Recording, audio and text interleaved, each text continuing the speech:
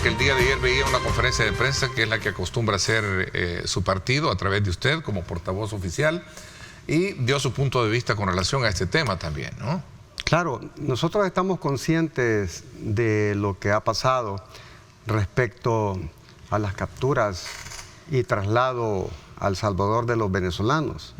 Y también hice, digamos, más o menos una síntesis de lo que Trump está haciendo con muchos migrantes. Incluso ha mandado algunos hacia el reino de Eswatini, conocido como Suazilandia antes, y eso lo que refleja precisamente es una política antimigrante, perversa de parte del gobierno de Estados Unidos. Y muchos gobernantes se han prestado precisamente a esa campaña antimigrante, perversa, cruel, porque la migración es un derecho universal.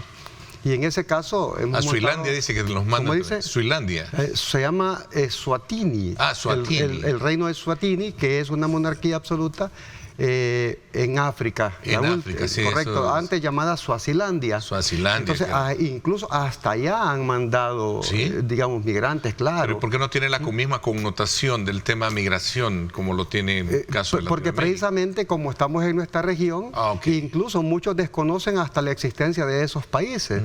Entonces, es lo mismo que pasa con la cárcel en Guantánamo, ¿verdad? Donde mandan a mucha gente, las maltratan. Entonces ya mucha gente está comparando a El Salvador con Guantánamo. ¿Por qué? Porque es un país que está recibiendo, digamos, migrantes que no debería de hacerlo. Aquí no han cometido ningún delito. Esa ha sido nuestra posición. Y nuestra posición al final es correcta. ¿Por qué? Porque alguien que haya cometido delito, un delincuente, no es liberado, hombre. Y si los han liberado es porque precisamente no cometieron ningún delito acá en El Salvador. Entonces, muchas personas y algunos defensores del gobierno actual y en Estados Unidos lo que hacen es una propaganda, una campaña contra los que estamos, digamos, a favor de la liberación de los venezolanos. Nosotros hicimos... Fue una plática la que tuvo. Sí, pero también nosotros hicimos acciones en El Salvador. ¿De veras? Sí. Claro, ahí están en las redes y en nuestras páginas. Entonces sí fueron facilitadores. No facilitadores, respaldamos, ¿verdad? Respaldamos y además, por supuesto, que he estado en conversaciones pues con las autoridades venezolanas. Somos aliados con el Partido Socialista Unificado de Venezuela, así como con muchos, digamos, partidos en el mundo. Por eso he viajado a Perú, he viajado a México, somos aliados del Partido del Trabajo de México y por supuesto que esa es parte de la naturaleza de los partidos políticos. ¿Será este un juego de narrativas para conveniencia de uno u otro? Decían en un otro foro de discusión, ¿verdad? Porque unos dicen, bueno, allá fueron recibidos a quienes Estados Unidos calificaba como, digamos, en su mayoría delincuentes, claro, ¿verdad? Allá fueron, allá en Venezuela fueron recibidos como héroes. Lo que sucede es que son recibidos como ciudadanos, ¿no?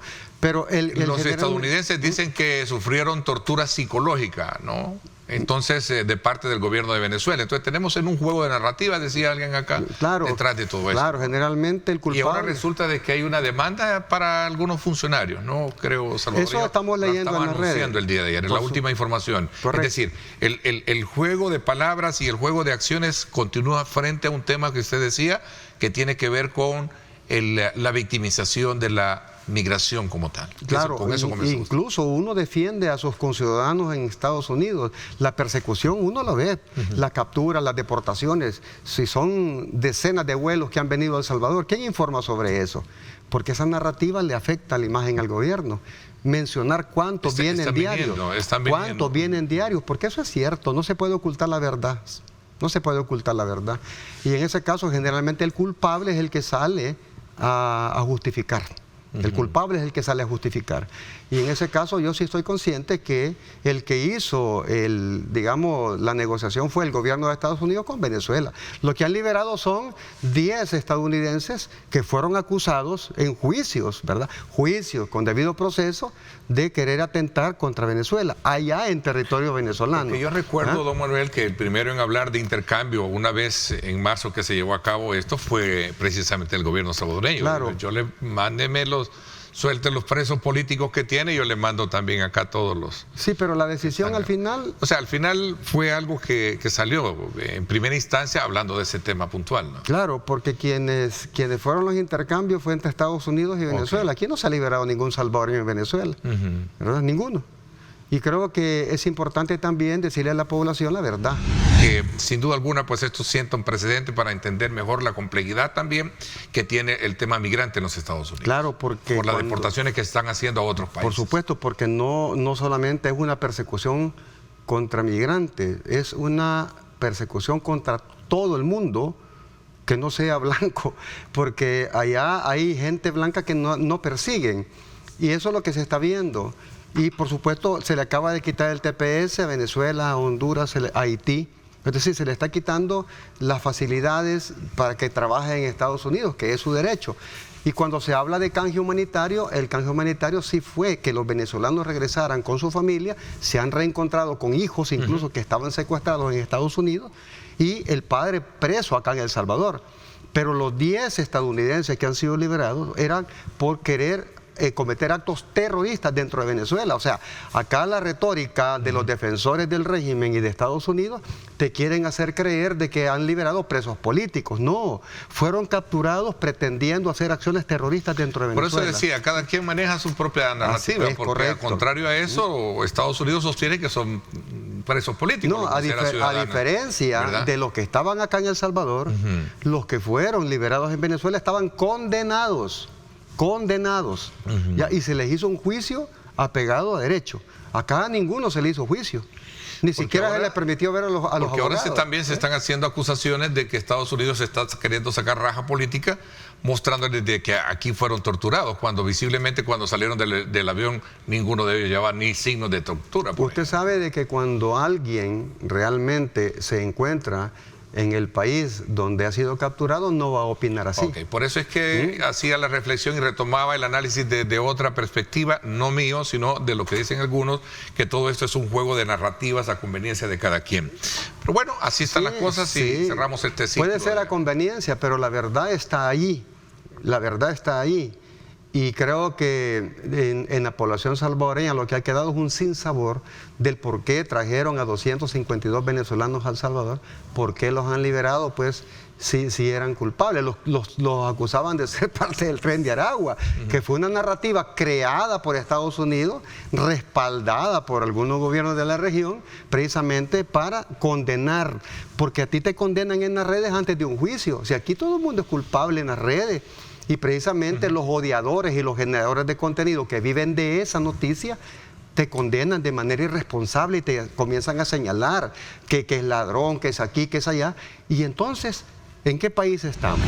Usted a lo largo, y perdón, usted a lo largo de conocerlo se ha llamado un hombre muy transparente y no está sometiendo a consideración todo ese proceso del cual siempre se cuestiona de que no hay mucha transparencia a la hora de elegir, estando usted al frente del partido. Pues yo fui electo de manera transparente, ¿verdad? Sí. Incluso cuando fui candidato a la presidencia, ¿verdad? Me presenté con mis manos limpias, con una plataforma. ¿No va a permitir manoseos como en el pasado se decía, de que eran las cúpulas las que ponían a los cuadros? Exacto, y eso va para todos, ¿verdad? Porque incluso eso nos abarcó a nosotros. Eso abarcó a Nuevas Ideas, que van una debacle, 22 puntos han perdido en un año. Eso es debacle, esa sí es debacle. 22 puntos en un año. La evaluación de la Asamblea Legislativa, negativa. La evaluación de las alcaldías, en su mayoría dominadas por Nuevas Ideas, fracasadas. Esa es la evaluación de la gente. Y por supuesto que con todo y todo, muchos de los análisis de las encuestas las hacen a conveniencia, como tú dices, pero analizando el comportamiento de un año para acá, aunque sea, como lo analices, el único partido en crecimiento se llama FMLN. Por esa razón, el único. Usted no va a permitir manoseos. No se puede. Ni planillas. Ni nuestra gente va a permitir manoseos. Porque va a estar en juego lo que usted, pues... Nosotros no nos interesa realmente quién vaya de candidato. Lo que nos interesa es que le cumpla al pueblo, que le cumpla al partido, que le cumpla a la gente, porque nosotros no estamos allí haciendo comparsas para que llegue cualquiera a inscribirse. Ahora, ¿cómo se va a financiar? Como nos estamos financiando ahora, autofinanciamiento. ¿Cómo desarrollamos el Congreso en Chalatenango? Autofinanciamiento. Fondos propios. Fondos de la gente, fondos de los compañeros en Chalatenango, en La Nueva, allá en San Ignacio. Movilización propia. ¿Con qué dinero en este momento? Por eso yo lo dije. A veces el partido debe de darse cuenta que todos sus militantes deben de trabajar por el partido y no al revés, y no poner el partido en función de los dirigentes. El partido somos todos y todas, no es la dirigencia. El partido es cada militante, cada afiliado, cada simpatizante, cada votante, cada persona que esté interesada en que nuestro partido retome el rumbo correcto, que lo estamos logrando, por supuesto, para hacer opción. ¿Cuál es tu lectura con respecto a esta complejidad de tema que ha traído reacciones de toda índole, ¿no? Con relación a este acuerdo tripartito en el que El Salvador jugó un papel importante dentro del proceso de canje que hubo entre prisioneros de Venezuela acá en el SECOT versus diplomáticos o también ciudadanos estadounidenses que están detenidos. Fíjate que yo veo esta acción, esta acción diplomática, política, como una acción que en los últimos 10 o 15 años no se había visto en Latinoamérica, en la que estuvieran involucrados el gobierno de Estados Unidos, el gobierno en este caso de El Salvador y el gobierno de Venezuela, y que tuviese como base una negociación para poder llevar beneficios a los tres pueblos, es decir, dejando de lado el tema comercial, aquí es un tema más humanitario y político. Creo yo que en los últimos 10 o 15 años no se había visto un esfuerzo de esta índole, y yo sí tengo que felicitar al gobierno de El Salvador, obviamente, por su rol tan importante que jugó. Recordemos que desde abril del 2025, bueno, quizás hacemos una cronología, en marzo, cuando estas personas de nacionalidad venezolana son deportadas por parte del gobierno de los Estados Unidos, y que el gobierno de El Salvador les recibe en un acuerdo posiblemente de colaboración o cooperación. El gobierno de El Salvador pone a disposición del gobierno de los Estados Unidos la cárcel del Centro de Confinamiento para el Terrorismo, y se reciben en el mes de marzo, y en el mes de abril el presidente Bukele hace un llamado al presidente Nicolás Maduro ofreciéndole este canje. Fue una estrategia que me pareció bastante interesante en ese momento, que el presidente Nicolás Maduro obviamente no la valoró. Pero tu antecesor no valoró eso. No, él decía que no eran personas con conflictos con la ley. En realidad, pues, podrán haber de los 252 que se trasladaron hacia Venezuela, una muy buena parte que posiblemente Sin embargo, no tenía... muchos fuimos testigos que la primera, digamos, vez que se habló de ese canje de prisioneros fue el presidente Nayib Bukele. Exactamente, fue el presidente Nayib Bukele, como te digo, en abril del 2025, que él ofreció este canje. Luego, obviamente, las negociaciones se establecieron con funcionarios del gobierno de los Estados Unidos, de El Salvador y de Venezuela, para llevar a cabo esta negociación tripartita, este canje trilateral, como se le conoce en materia política y diplomática, que al final termina con beneficios para los tres países. Las familias de los 10 ciudadanos estadounidenses que el régimen del presidente Nicolás Maduro venía y acusaba de ser golpistas o intentos de golpe de Estado ante su gobierno, que ahora se reúnen, estas personas, estos 10 estadounidenses se reúnen con sus familias. Hay un caso bien particular, Ernesto, dentro de esta lista de 10 personas. Hay el caso de un surfista, al parecer, que andaba haciendo vacaciones en esas zonas, y es detenido solamente por ser estadounidense, y estuvo recluido en cárceles venezolanas, acusado de delitos comunes y de delitos en contra del régimen democrático en Venezuela. Ahora esta persona es liberada y obviamente se denota que no tenía ningún tipo de situación que pudiera ser perseguido por el gobierno venezolano. Entonces, esto creo yo que abre la posibilidad de un mayor entendimiento de que las situaciones en Venezuela no están bien. Creo que sí, Venezuela quedó un mal parado, a pesar de que ellos lo quieran meter como un logro. Creo que el logro es por parte de El Salvador y de Estados Unidos. ¿Qué experiencia nos deja una situación de esta naturaleza? Le preguntaba en este mismo programa a otros invitados, el día viernes creo, ¿posiciona geopolíticamente bien al país? Sobre todo porque estamos hablando de una negociación y de un acuerdo, como muchos lo califican, tripartito y hasta cierto punto exitoso. El Salvador ahora se vuelve un intermediario frente a dos actores. De hecho, yo creo que El Salvador sale muy bien posicionado, primero en sus relaciones bilaterales con Estados Unidos. Se fortalece, ya no solamente es un socio estratégico estadounidense en el tema comercial, sino que también ahora en el tema geopolítico. Estados Unidos está sintiendo un apoyo de parte del gobierno de El Salvador el presidente Nayib Bukele y su liderazgo en América Latina también están siendo más posicionados con este tipo de medidas, y creo yo que esto habla muy bien de la buena relación que se tiene entre los dos estados, entre el gobierno de El Salvador y el gobierno de los Estados Unidos, y muy bien de la relación que tiene el presidente Trump con el presidente Nayib Bukele. Mucha expectativa hay alrededor de todo eso, pero también hay mucha preocupación, particularmente porque hay aviones que vienen con deportados, incluso con personas que también están legalmente registradas en los Estados Unidos. Hay redadas que se conocen a través de las redes. ¿Qué crees que se debe de hacer alrededor de todo esto? Sí, ¿no? Yo creo que en tema de la diplomacia y en el tema de migración, El Salvador hoy por hoy está mucho más posicionado que en años anteriores en el tema de tener esa cercanía con las autoridades del gobierno estadounidense. Vemos primero la cercanía o la buena relación que tiene el presidente Nayib Bukele con el presidente Donald Trump, pero también vemos que hay funcionarios de mandos medios que tienen un alto poder de incidencia, como el secretario de Estado Marco Rubio, por ejemplo, tiene una muy buena relación con funcionarios salvadoreños, y yo creo que eso puede ser algo esperanzador para el país en cuanto a poder ir estableciendo unas políticas o algunos lineamientos de cara a regularizar la situación de nuestros compatriotas salvadoreños que están en suelo estadounidense, que todavía no han regularizado su situación.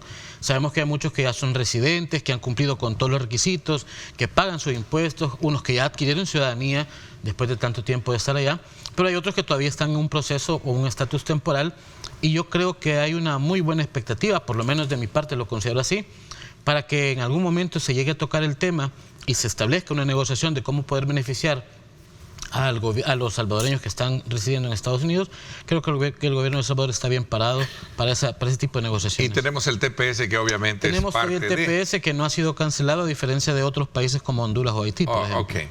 Voy a aprovechar el tiempo para hablar de un tema también que no podemos pasar por alto, y es precisamente la aplicación de la ley de agentes extranjeros para otras organizaciones, para muchas organizaciones o ONGs que puedan operar en el país y recibir donaciones. Claro. ¿Cómo ves tú la salida de Cristosal y otros temas que de alguna manera, pues, y otras ONG que expresan sus temores en cuanto a poder cumplir con los requisitos o las expectativas que la ley misma exige? Yo creo que la ley de agentes extranjeros que se aprobó en la Asamblea Legislativa establece, en primer lugar, hay que dejarle claro a la población que establece un marco jurídico que impone un impuesto específicamente a las actividades que realizan aquellas organizaciones no gubernamentales o fundaciones sin fines de lucro que reciben dinero del extranjero. Es decir, si es una ONG de El Salvador que se financia a través de sus propias actividades, si es una fundación que realiza actividades de comercio o actividades lícitas para financiarse o autofinanciarse, no están sometidas al control de esta ley. Sin embargo, aquellas ONGs que reciben un financiamiento independientemente de la fuente de financiamiento, pero que es una fuente extranjera, ellos sí están obviamente obligados a declarar quién es su financista, y en caso de que sus actividades tengan una connotación político-partidaria, a pagar un impuesto del 30%. Entonces yo creo que se ha tergiversado y se ha satanizado el texto de la ley, diciendo que es una mordaza o diciendo que es una persecución, cuando en realidad simplemente es un impuesto que se les grava, digamos, a las ONGs que reciben fondos del extranjero. Tenemos en el país entonces, digamos, a otras ONGs que no han expresado el mismo sentir, y ahí se mantiene. Claro, hay otras ¿Cuál es ONGs? La diferencia? Y a esto quería. ¿Cuál es la diferencia entonces entre entre esas posturas? Decía un colega tuyo en términos de análisis, decía, es que aquí lo que tiene que hacer cualquier institución, cualquier organización, es dejar en claro cuál va a ser su rol. Exactamente. Con base a eso, pues definir muy bien digamos, cómo se adapta o no se adapta dentro de un esquema jurídico que lo que establece es auditar realmente cuál es la función o social que está llevando a cabo o política partidaria. Exacto, eso es lo que tienen que dejar muy claro. La Dirección de Agentes Extranjeros, la DAEX, que ahora es una dependencia del Ministerio de Gobernación, que ya está habilitada, por cierto, y ya está recibiendo la documentación, pueden hacerlo a través de sus portales en línea. Ellos van a recibir toda la información, su proyecto, con sus montos de financiamiento, con las actividades a financiar, las personas que van a ser parte del proyecto, y si ese proyecto lleva un componente político, obviamente deben de establecerlo. Pero el problema es que acá las ONGs tradicionalmente lo que han hecho es utilizar una frase general, por ejemplo, empoderamiento ciudadano. Ok, eso lo puedes tomar como un proceso formativo, dándole capacitación para que las personas puedan hacer Contraloría Social, o venís y financiás marchas en contra del Estado. Entonces, ¿cuál de las dos actividades crees tú que sería más conveniente si estás hablando de un desarrollo de la ciudadanía? ¿Y es el caso en El Salvador donde se ha visto una extralimitación de esas funciones de muchas?